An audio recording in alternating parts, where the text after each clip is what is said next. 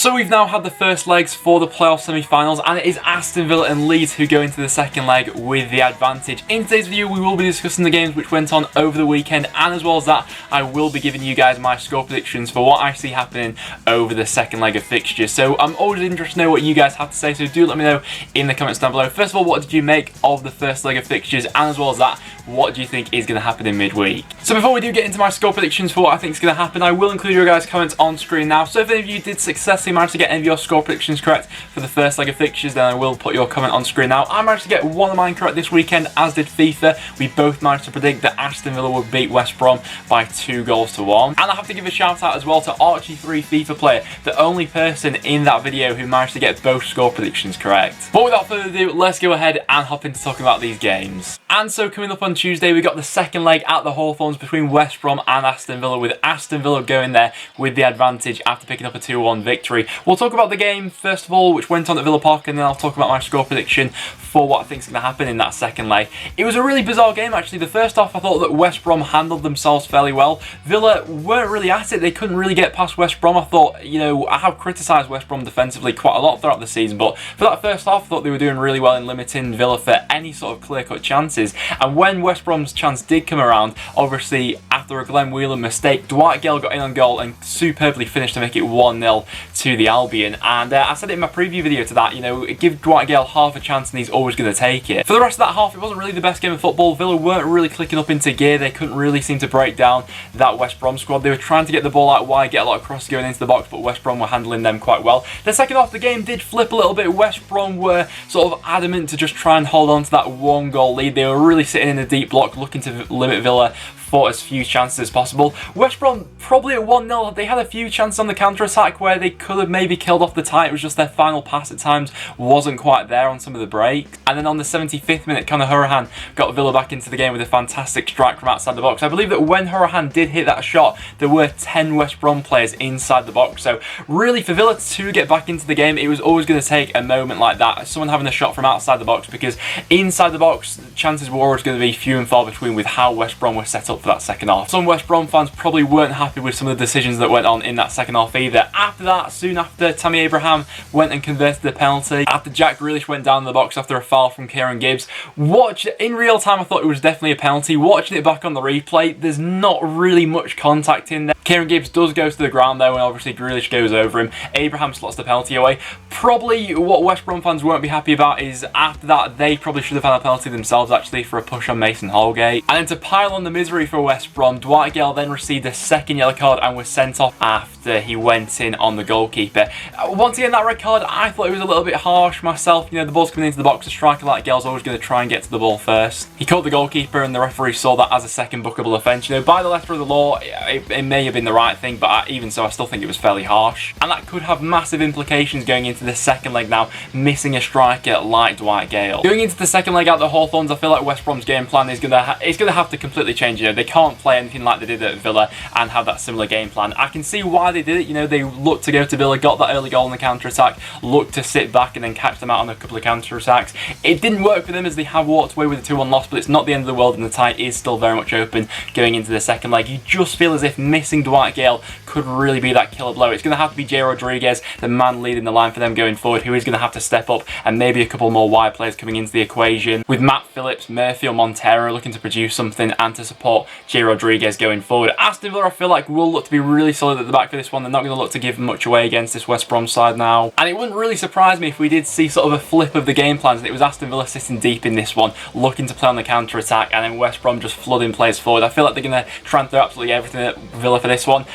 For a score prediction, I think I'm going to go for a 1-1 draw for this second leg. I think that West Brom will get that goal, but I can't not see Villa scoring equally to that. So if West Brom are going to come through this one, I see it maybe going into extra time and then maybe penalties. That could be a bit of drama going into this one, but I think Villa will come through this tie with a 1-1 draw, and obviously then they will win the tie on aggregate and they will be going to Wembley. FIFA has said that West Brom will be winning this one by 1-0. Obviously that will mean it will be going to extra time then penalties. But it was a really fascinating game to watch with how it all panned out over the end. And I want to know from you guys, what do you think is going to happen in that second leg? For me, I think Villa will get through it after a successful first leg. West Brom have got a bit of an uphill battle to do to come back against Villa without Dwight Gale. They've got that in them, you know, at home. They can score goals, but I feel like Villa will get the job done in the second leg. So I'll say 1-1. What are you guys saying for that second leg? And then we got Leeds going up against Derby on Wednesday. The first leg between these sides, it was an interesting game. There weren't really too many clear-cut chances. A lot of the sort of controversy from this game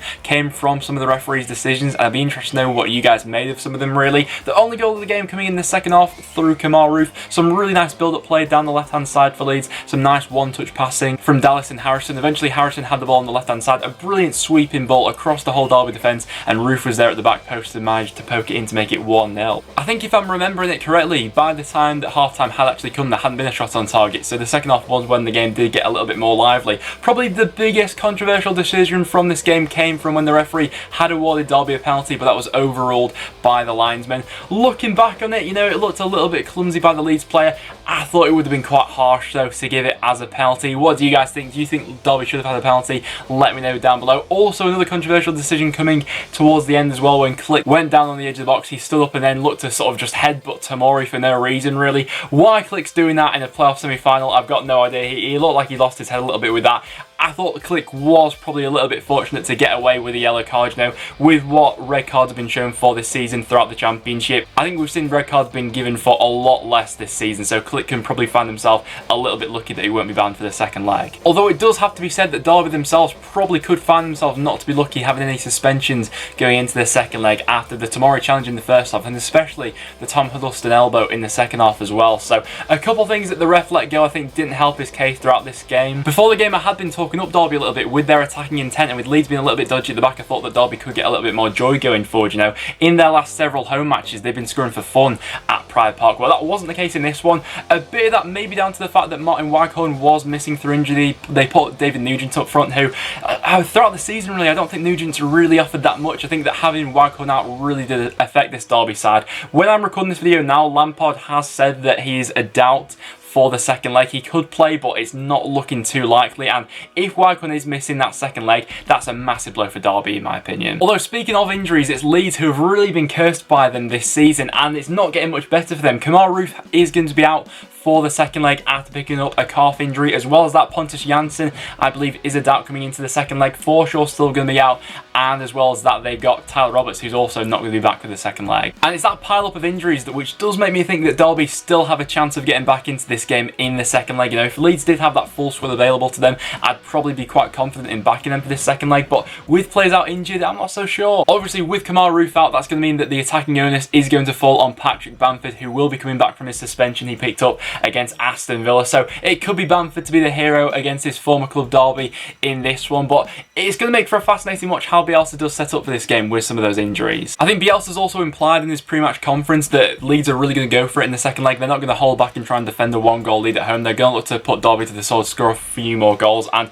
that's really been the Leeds way so far this season. I wouldn't expect them to sit back and hold on for that 1-0. I think they'll still create a lot of chances. It's just without a striker like Roof in there, Bamford's a little bit touch and go so far this season. I'm not sure how clinical they will be. Also, before I do go on to give my prediction for what I think is going to happen in the second leg, I must say that this chant by the Leeds fans is absolutely fantastic.